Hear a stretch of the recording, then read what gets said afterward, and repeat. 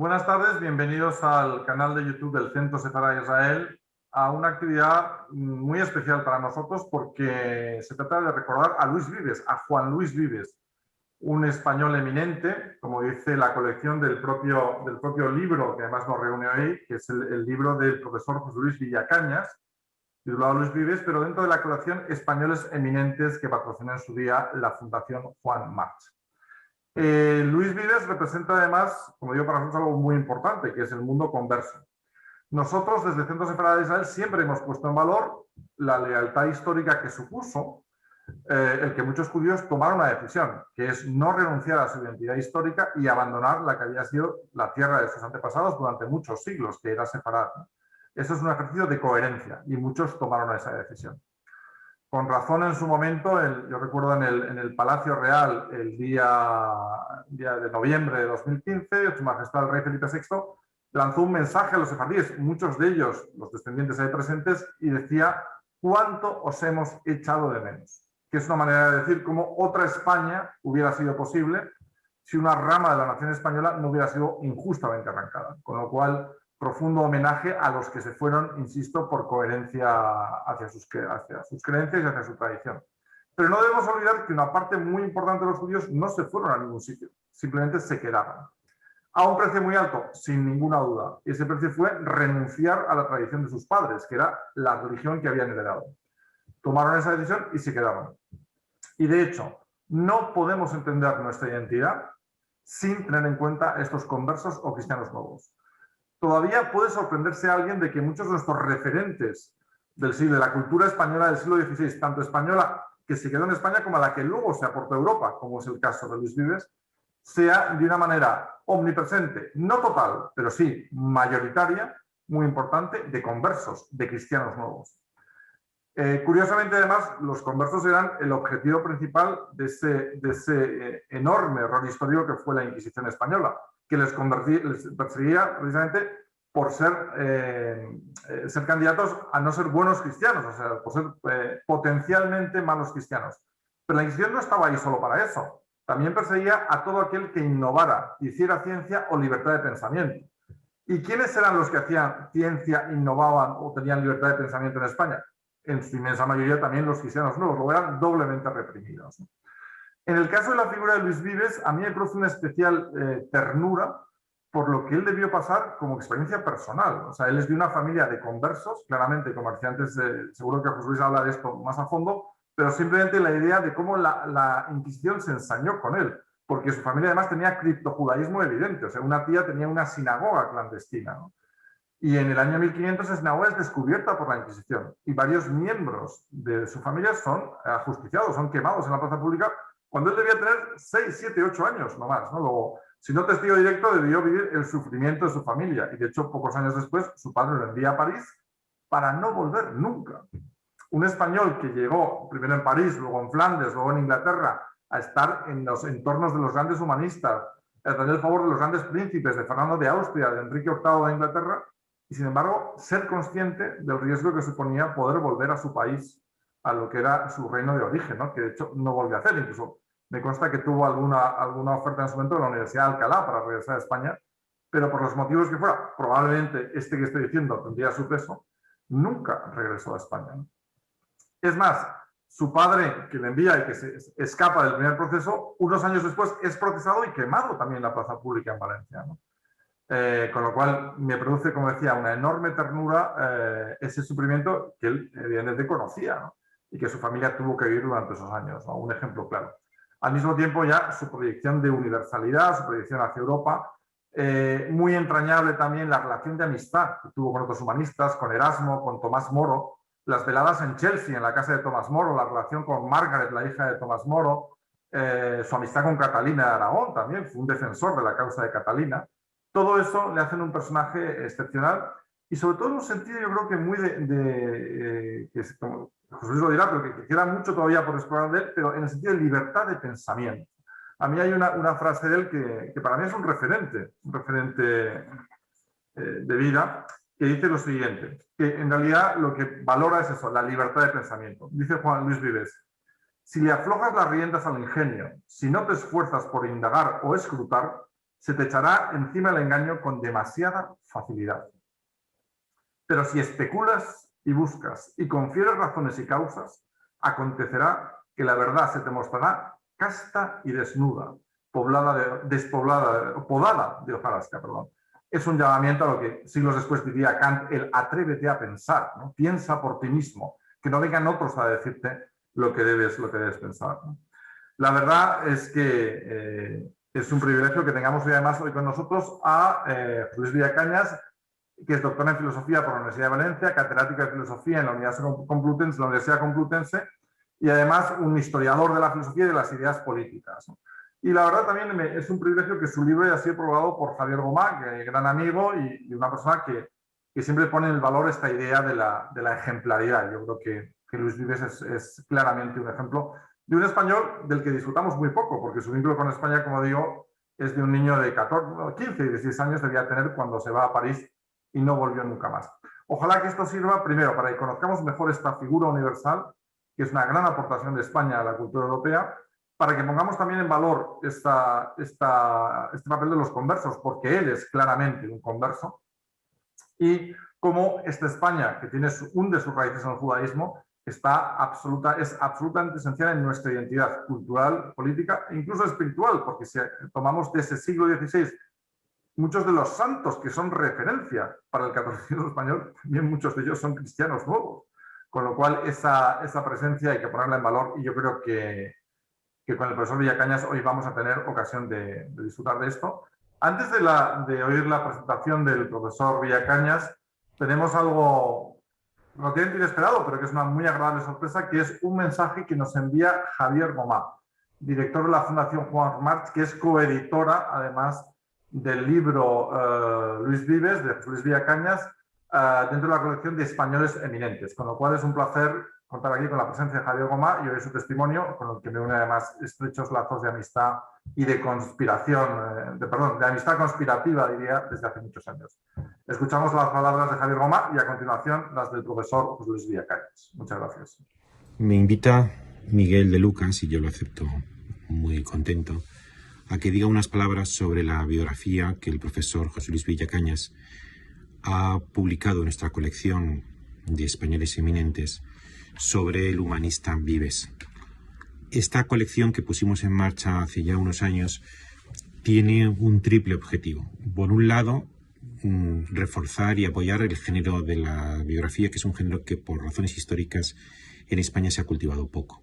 En segundo lugar, acercar la figura de Españoles Eminentes al conocimiento del público actual, porque aunque parezca asombroso, muchos de los grandes de la cultura europea no tienen una buena biografía, o si la tuvieron, hoy se considera ya anticuada. Los especialistas dicen que las grandes figuras deberían tener una biografía nueva al menos cada 25 años. Y en tercer lugar, el objetivo de la colección Españoles Eminentes es el de sugerir una interpretación de la historia de España, no desde el punto de vista de los hechos, que muchas veces son conflictivos y conducen a una lucha fratricida, sino desde el punto de vista de la eminencia de determinadas personas, hombres o mujeres, alrededor de las cuales se genera un gran consenso positivo y que sustituyen la guerra fratricida por la alianza fraternal y permite proponer una historia de España desde el punto de vista de la ejemplaridad.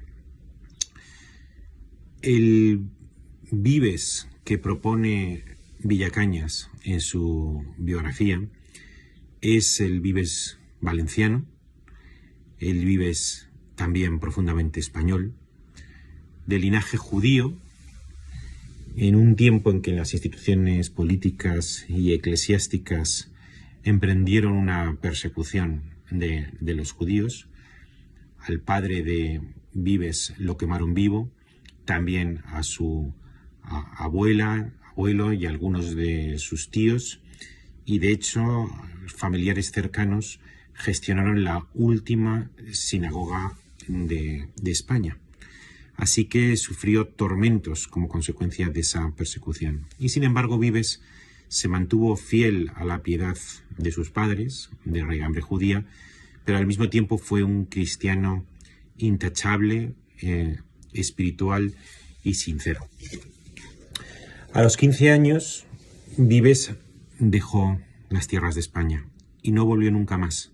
Desde entonces vivió en París, en los Países Bajos, en Oxford y en Londres, y esa fue la región que él cultivó hasta el año de su muerte, en 1540.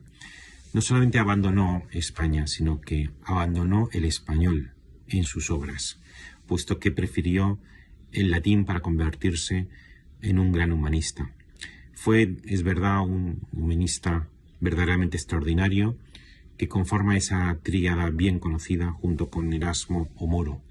Pero a diferencia de Erasmo, fue un laico, no entró nunca en la iglesia y también estuvo fuera tanto de la universidad como de la política, a diferencia de Moro. Fue partidario de la recuperación del mundo clásico con los grandes modelos y dechados griegos y romanos, pero de una manera moderna, actualizada, inteligente, que sirviera para renovar el espíritu de su tiempo.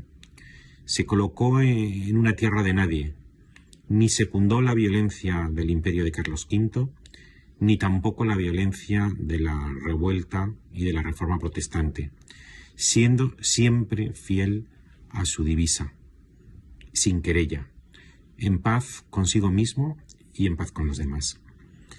La mejor manera de adentrarse uno en la figura extraordinaria de Vives es leer la excelente biografía de José Luis Villacañas, de la cual se extrae la imagen de un español verdaderamente eminente, una ejemplaridad blanca, sostenida, sin fisuras, que es un modelo vivo y realmente inspirador para el lector del siglo XXI. Muchísimas gracias, Javier, por habernos acompañado en el canal de YouTube de Centro Sefarad Israel y por estar con nosotros siempre que así te lo requerimos. Y escuchamos ya finalmente lo que es el contenido principal de esta actividad, que es la ponencia del profesor José Luis Villacañas sobre la figura de Luis Vives. Adelante, profesor. Muchas gracias, Miguel. Verdaderamente es un placer estar de nuevo en el canal de YouTube de Centro Sefarad Israel, y porque efectivamente tenemos, y desde luego desde nuestro Departamento de Filosofía y Sociedad, es muy firme esa convicción. Tenemos la idea de que nuestra cultura española no se puede comprender, no está completa sin las estirpes judías, ya sean judías, como ha dicho Miguel, que se mantuvieron fieles a la religión de los padres, como los que dieron el paso, ¿no? Y de un modo u otro se convirtieron al cristianismo y transformaron, hay que decirlo, transformaron realmente la experiencia cristiana. En este sentido, Vives yo he querido hacer un libro en el que muestre de forma simbólica pues una cierta contrafacticidad, ¿no? Lo que podía haber pasado, lo que podía haber sido, lo alternativo al curso real de las cosas que podía haberse dado si efectivamente todos los pensadores, todos los hombres de cultura judeoconversos, judíos, si hablamos de antes de 1492, hubieran gozado realmente de la libertad con la que Vives pudo vivir justamente en los Países Bajos de manera fundamental, ¿no? En este sentido, yo he querido simbolizar lo que podía haber pasado en España si efectivamente todos hubieran gozado de la condición de Vives y lo que podía haberse realizado como movimiento de innovación, como movimiento de modernización a todos los niveles del país en este sentido. Los frutos de la libertad, ¿no? Por decirlo así, se ven en Vives de un modo admirable y de un modo que, esto es el otro pilar del libro, que estuvo en condiciones de dialogar con la cultura europea de un modo extraordinariamente fecundo. esta síntesis de cultura ancestral y de cultura europea, creo que nos da una idea de que cualquier punto de partida, cuando es auténtico, puede hacer brotar la luz de la inteligencia y la luz del espíritu.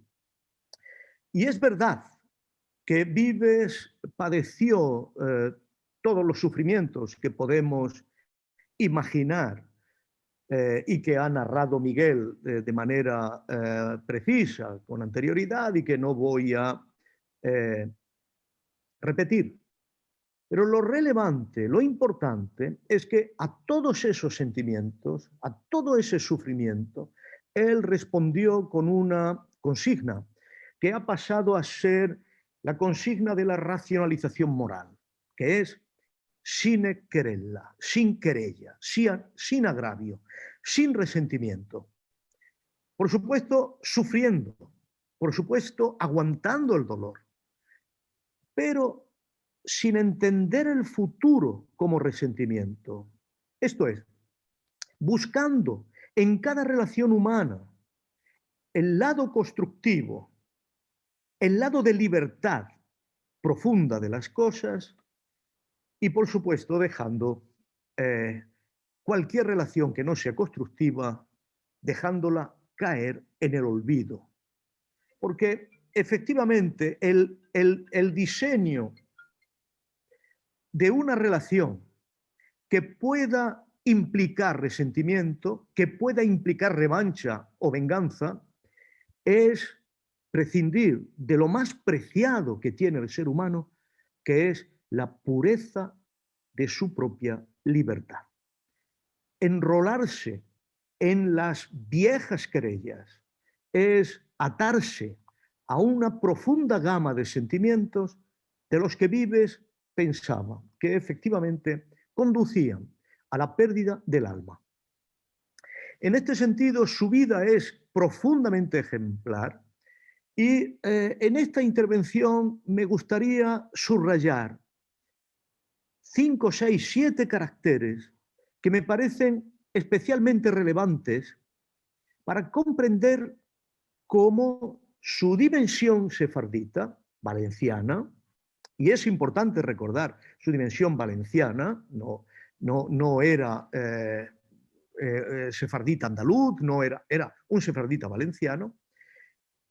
¿Y por qué esa dimensión sefardita estuvo en condiciones de orientar, de transformar la cultura que Europa podría darle? Yo creo que la primera dimensión que tenemos que subrayar es la relevancia trascendental de la filiación. En este sentido, se sea sefardita, converso o no, el mundo judío es filiación.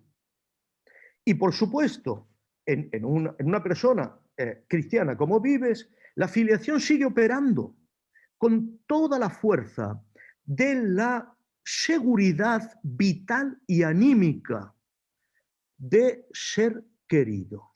Este punto me parece que es decisivo para comprender a Vives respecto de el regusto de amargura que se aprecia en otros humanistas que no han podido gozar de la estabilidad, de la fidelidad, de la memoria, del recuerdo, de la filiación.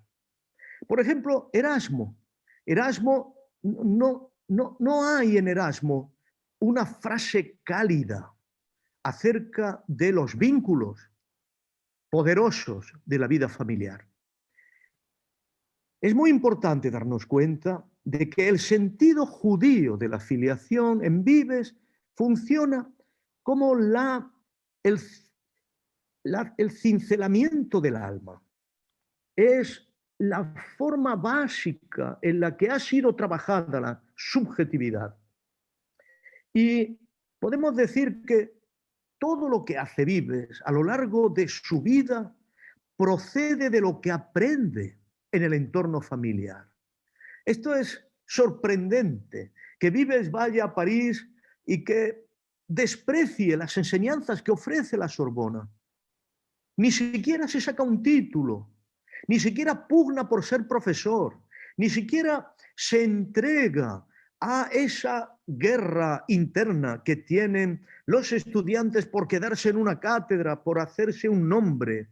Vives, parece que todo lo lleva consigo, todo lo ha aprendido ya en Valencia.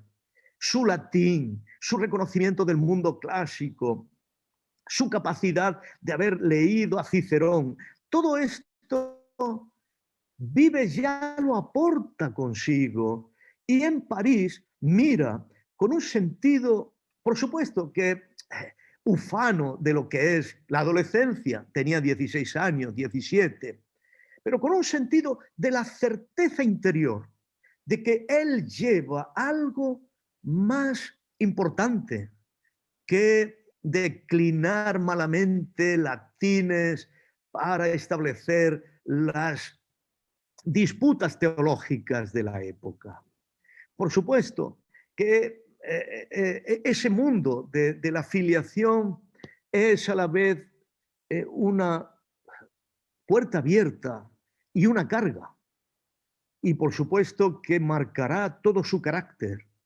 Pero se ve muy bien que el mundo de la filiación es decisivo porque es el único pensador que está en condiciones de establecer los deberes del marido y escribir un libro, de establecer la educación de la mujer y escribir un libro, de establecer la atención de los pobres, que era un elemento fundamental de las comunidades judías sefarditas, y escribir un libro.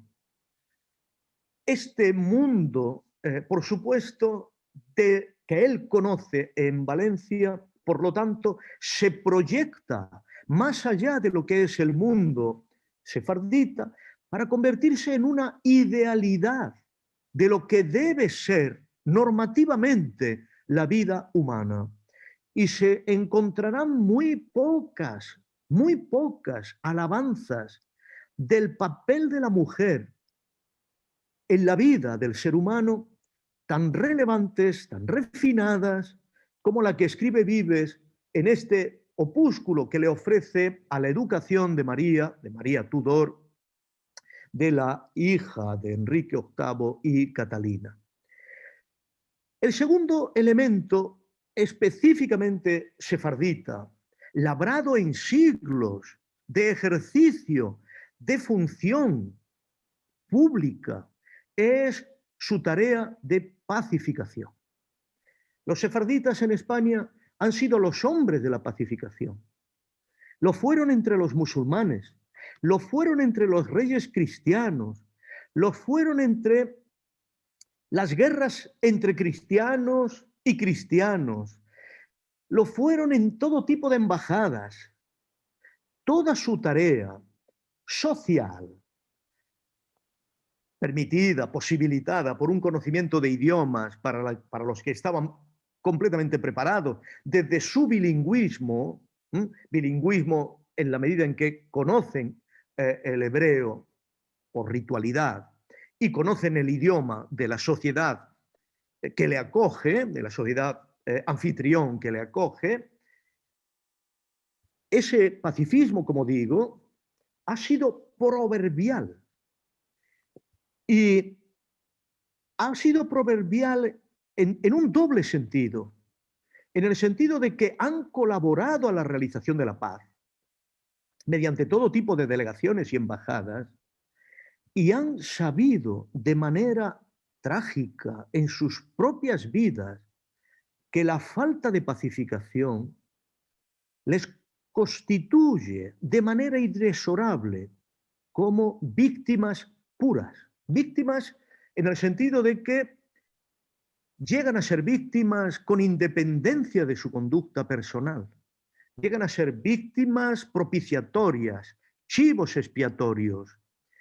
Y esta violencia sometida, producida sobre ellos en los momentos de no pacificación, en los momentos en que se produce un estado de excepción en la sociedad en la que viven, sea musulmana o sea cristiana, les lleva a un elemento cultural sobre el que deseo centrarme de modo muy especial, que es lo que lo que Max Weber, el gran sociólogo alemán, llamaba racionalización moral.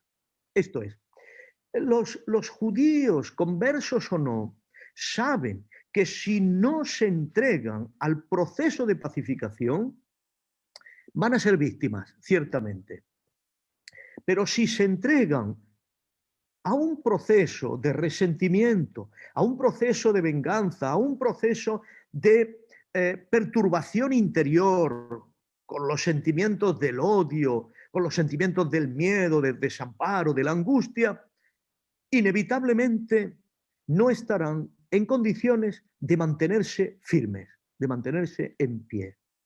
Es un rigor moral, una racionalización de liberarse de las pasiones, decía Spinoza, de las pasiones tristes, de las pasiones que te encogen, de las pasiones que te quitan energía.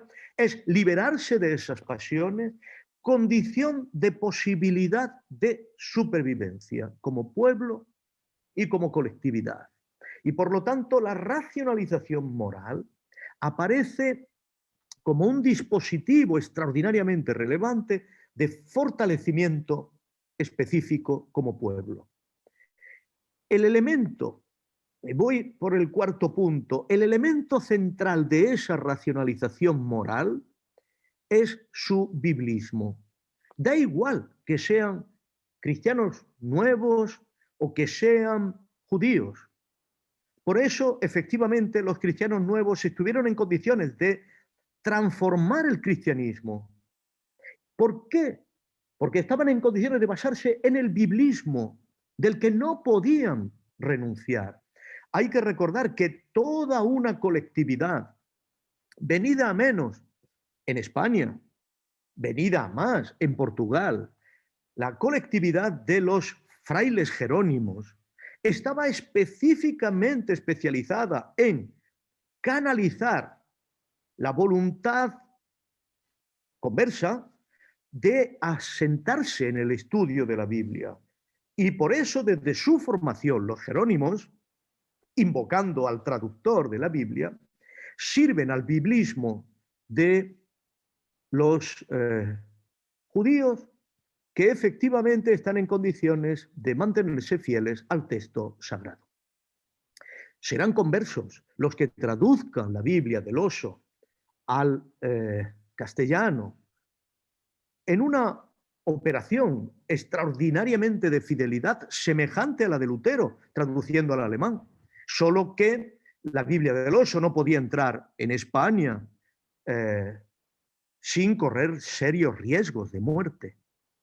A pesar de todo, llegó a algunos conversos muy especiales, como San Juan de la Cruz, que estuvo en condiciones de elaborar su cántico espiritual sobre traducciones de Cipriano de Valera que proceden de la Biblia del oso. El biblismo, por lo tanto, es esencial,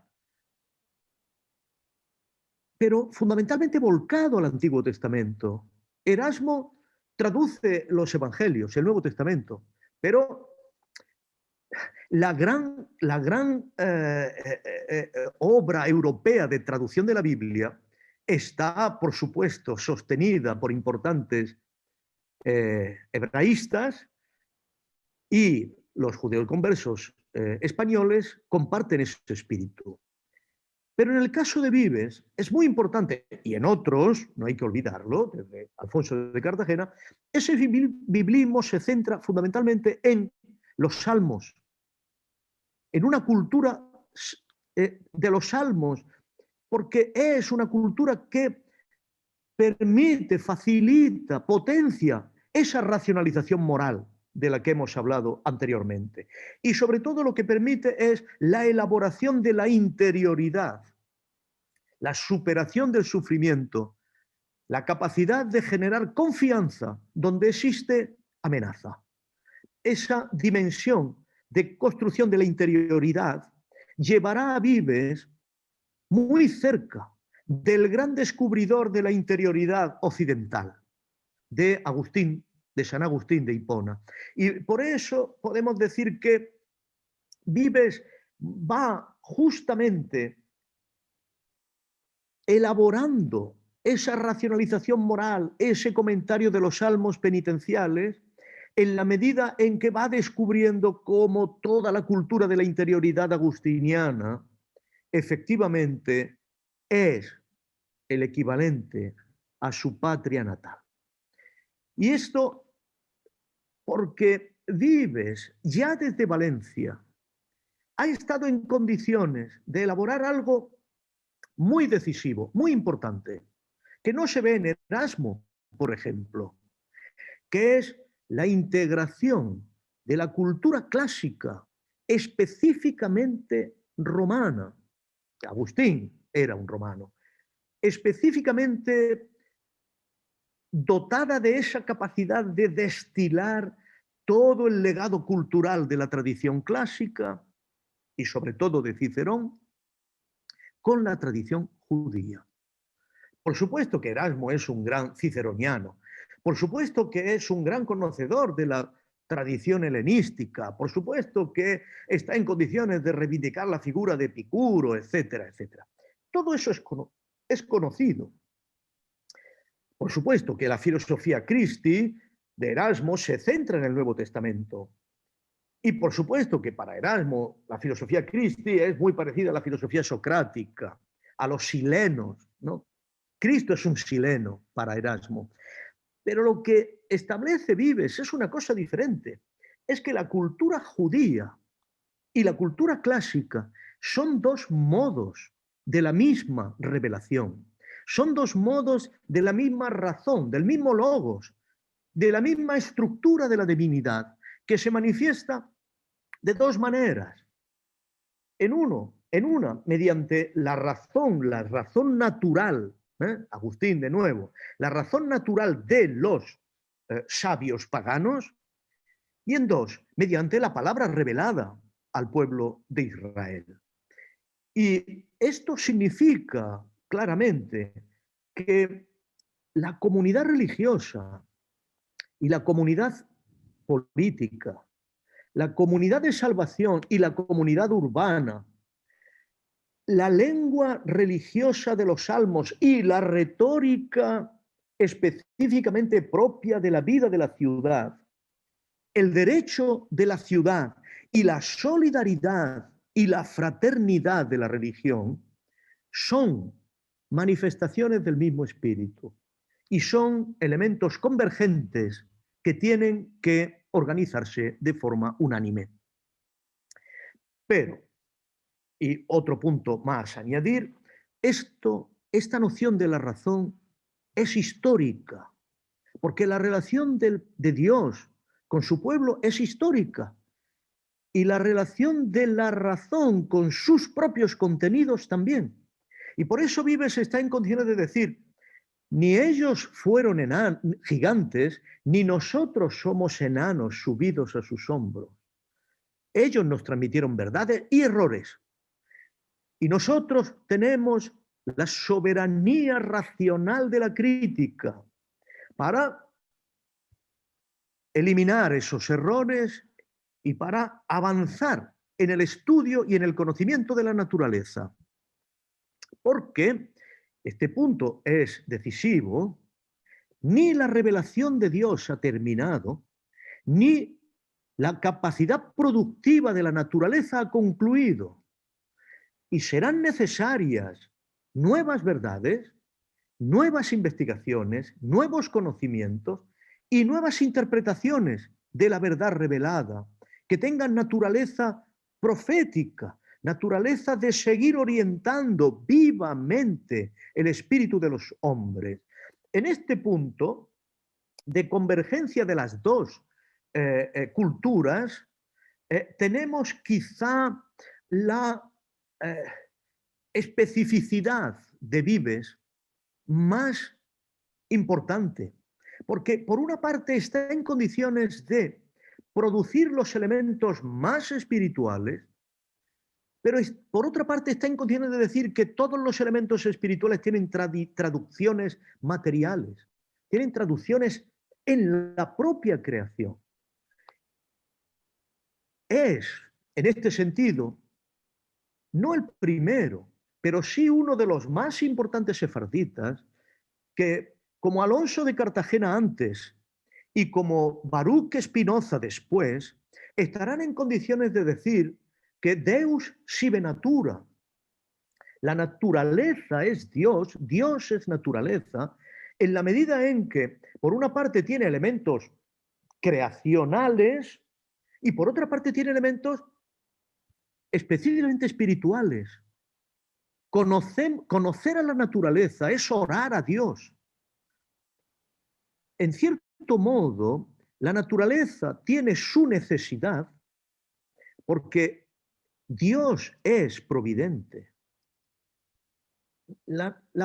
Dios es, cuando nos referimos con la naturaleza como Padre, y la naturaleza es Dios cuando nos referimos a ella como la energía creadora. Y por eso la propia naturaleza providencialmente crea hombres, seres humanos, capaces de conocerla según ella misma crea. Crea a nuevos seres humanos que estén a la altura de conocer y de poder investigar las nuevas obras que nuestro Padre, creador, realiza, la naturaleza produce. En este sentido, la identificación de esas dos dimensiones también afecta a la realidad del ser humano. Hay un continuo vital, cuerpo y alma. Hay un continuo vital, salud del cuerpo y salud del alma. Hay un continuo vital entre el médico y la Biblia como médico. Por supuesto, Cristo como médico. Porque en el fondo es el mismo espíritu el que anima la vida y el que anima la inteligencia. Esta dimensión enormemente orgánica de la salud, esta dimensión enormemente integral del ser humano, es profundamente sefardita, no es cartesiana, no tiene nada que ver con el cogito trascendente al cuerpo, que deja que el cuerpo sea como un autómata, una máquina. Nada más lejos del espíritu sefardita, que es un espíritu basado fundamentalmente en el doble texto de la medicina y el doble texto de la Biblia. Uno que produce salud espiritual y otro que produce salud orgánica. Pero sin la salud orgánica no hay salud espiritual, sin la salud espiritual no hay salud orgánica. Este continuo recíproco del alma y la vida, y de la vida como vivificadora del cuerpo, es lo que permite que Vives haya generado el libro que está en el origen de la antropología moderna, en el origen de la psicología moderna, de Anima e Vita, que es propiamente el mayor avance en la interpretación del ser humano como unidad desde la propia publicación del De Anima de Aristóteles, cuyo título enmienda, complementa, explicita y perfecciona. Pues bien, la cuestión decisiva es que, y vuelvo al penúltimo punto porque estoy acabando, es que esta integridad de cuerpo-alma, que por supuesto para la época humanista europea es muy poco estudiada, elaborada o aceptada, está al servicio de una alegría del ser humano, de una manifestación positiva de su propia realidad como ánimo expansivo, ánimo alegre, ánimo que aumenta su propia confianza en sí mismo, su propio ímpetu. Y debo decir que confianza en sí mismo jamás le faltó a Vives desde su propia estructura de la filiación. Incluso ese sentido de la alegría, fruto de una mente sana y un cuerpo sano, tiene que ser ejercitado retóricamente por el sentido del humor. El sentido del humor, un sentido del humor fresco, vital, mediterráneo. Eso no lo tiene el humanismo del norte. Y Vives es es representativo de ese espíritu de chanza alegre, dinámica, afectiva, cordial, que vemos en Alfonso de Cartagena en el siglo XV, castellano, y que luego, por supuesto, veremos en la propia construcción de la noción de conatus spinosiano como un proceso que se retroalimenta a sí mismo, que se hace más fuerte conforme más va ampliando la serena alegría de vivir.